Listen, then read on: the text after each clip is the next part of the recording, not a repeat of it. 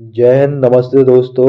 आपका Patna high court की तरफ से ये नोटिफिकेशन जारी किया गया है जिसमें आपका मजदूर पद का नाम है मजदूर रिक्रूटमेंट एग्जामिनेशन 2025। ठीक है, तो मजदूर के पद पर आपकी ये भर्ती निकली हुई है पटना हाई कोर्ट में, जिसमें आपका ऑल इंडिया का कैंडिडेट अप्लाई कर सकता है। ठीक है, तो सब कुछ जानेंगे इस भर्ती के बारे में। क्या योग्यता होना चाहिए, कब से आवेदन होंगे, इसके अलावा कैसा आपका सिलेक्शन प्रोसेस रहने वाला है, आपका एज कितना होना चाहिए, सब कुछ इस भर्ती के बारे में जानेंगे। तो चलिए दोस्तों, वीडियो स्टार्ट करते हैं।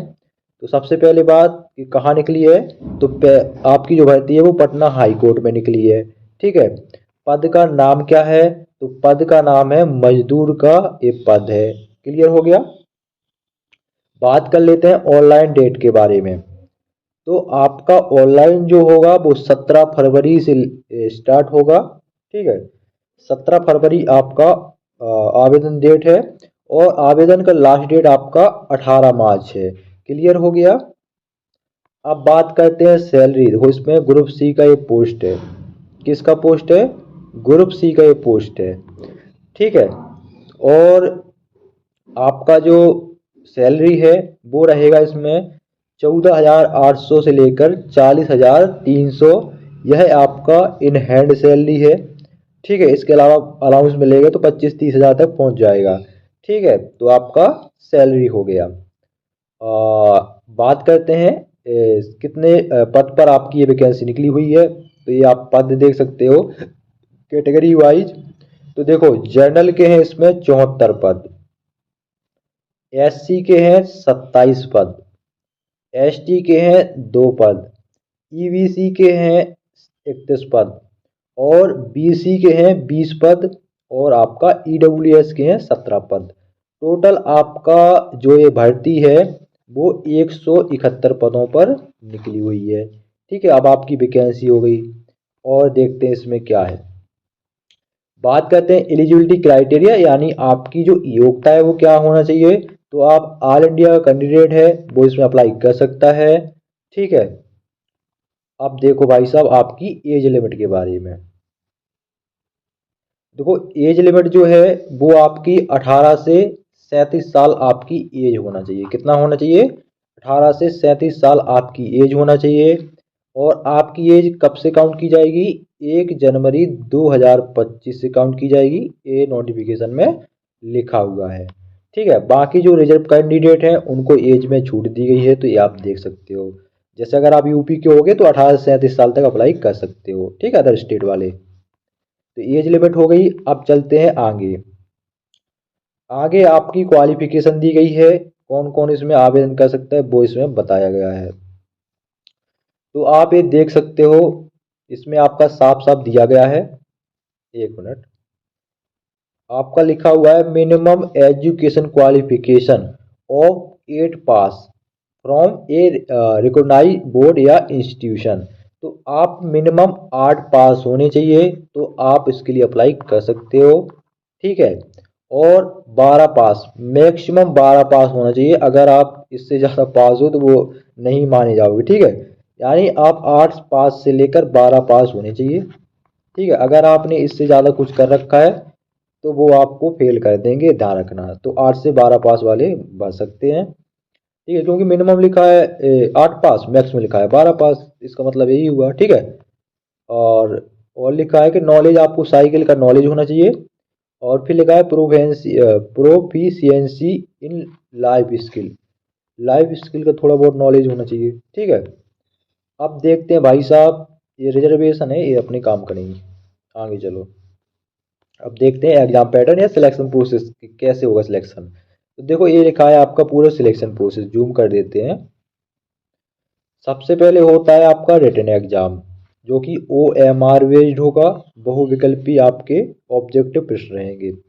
फिर होगा आपका साइकिलिंग टेस्ट, यानी साइकिल चलवाएंगे। फिर होगा आपका स्किल टेस्ट और आपका इंटरव्यू। स्किल टेस्ट में वही छोटा सा नॉलेज, ऐसी छोटे से क्वेश्चन पूछेंगे, आसान आसान, ज़्यादा कुछ कठिन नहीं है।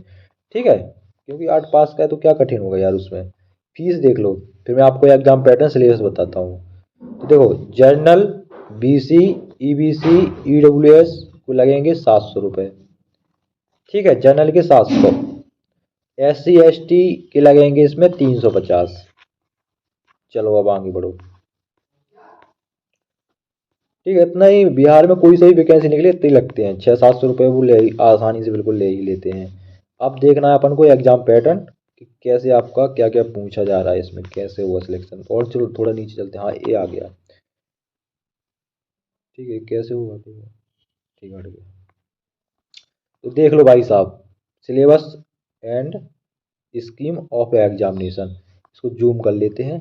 देखो, पहले होगा आपका रिटन एग्जाम, ठीक है, जिसमें आपका जनरल नॉलेज के रहेंगे 20 प्रश्न, मैथ के रहेंगे 10 प्रश्न, हिंदी के रहेंगे 10 प्रश्न और इंग्लिश के रहेंगे 10 प्रश्न, ठीक है।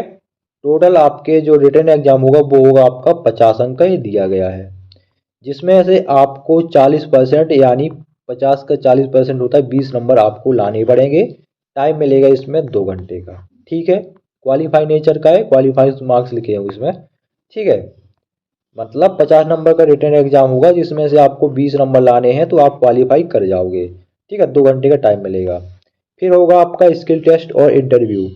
तो स्किल टेस्ट जो होगा वो होगा 30 नंबर का और इंटरव्यू होगा 20 नंबर का। तो टोटल आपका कितना हो गया, 50 नंबर हो गया, ठीक है। और 50 नंबर ये हो गया।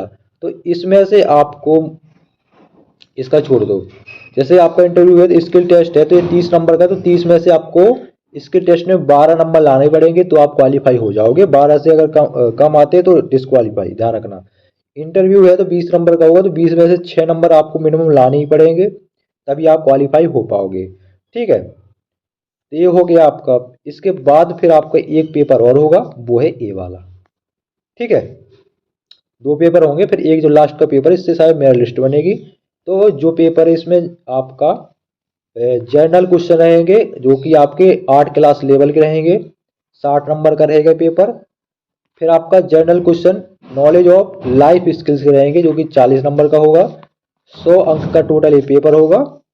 इससे आपका फाइनल, फाइनल क्यों यार, मतलब 2 पेपर होंगे का, फिर 2 पेपर तो होंगे ही, लेकिन 40 नंबर इसका क्वालिफाई नेचर है, ठीक है। तो ये भी क्वालिफाइंग मार्क्स लिखा है, मतलब क्वालिफाइंग से का मतलब ये है कि मतलब इतने नंबर लाते हो तभी आपको कट ऑफ में जोड़ा जाएगा, इसका मतलब यही होगा।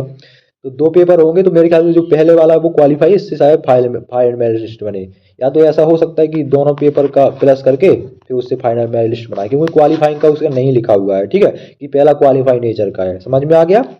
फिर भी कुछ डाउट हो तो पूछ लेना, फिर मैं पता करके बताता हूँ, ठीक है। और ये आपका एग्जाम सिटी देख सकते हो, औरंगाबाद, बेगूसराय, भागलपुर, भोजपुर, दरभंगा, ईस्ट चंपारण, गया, वैशाली, जहानाबाद, ठीक है, मुजफ्फरपुर, नालंदा, नवादा, पटना, पूर्णिया और सारण। ये आपका 15 जो है वो एग्जाम सिटी है। इस इसके बाद कुछ नहीं है, और बताया गया है कि कैसे अप्लाई करना है, हाउ टू अप्लाई, ठीक है।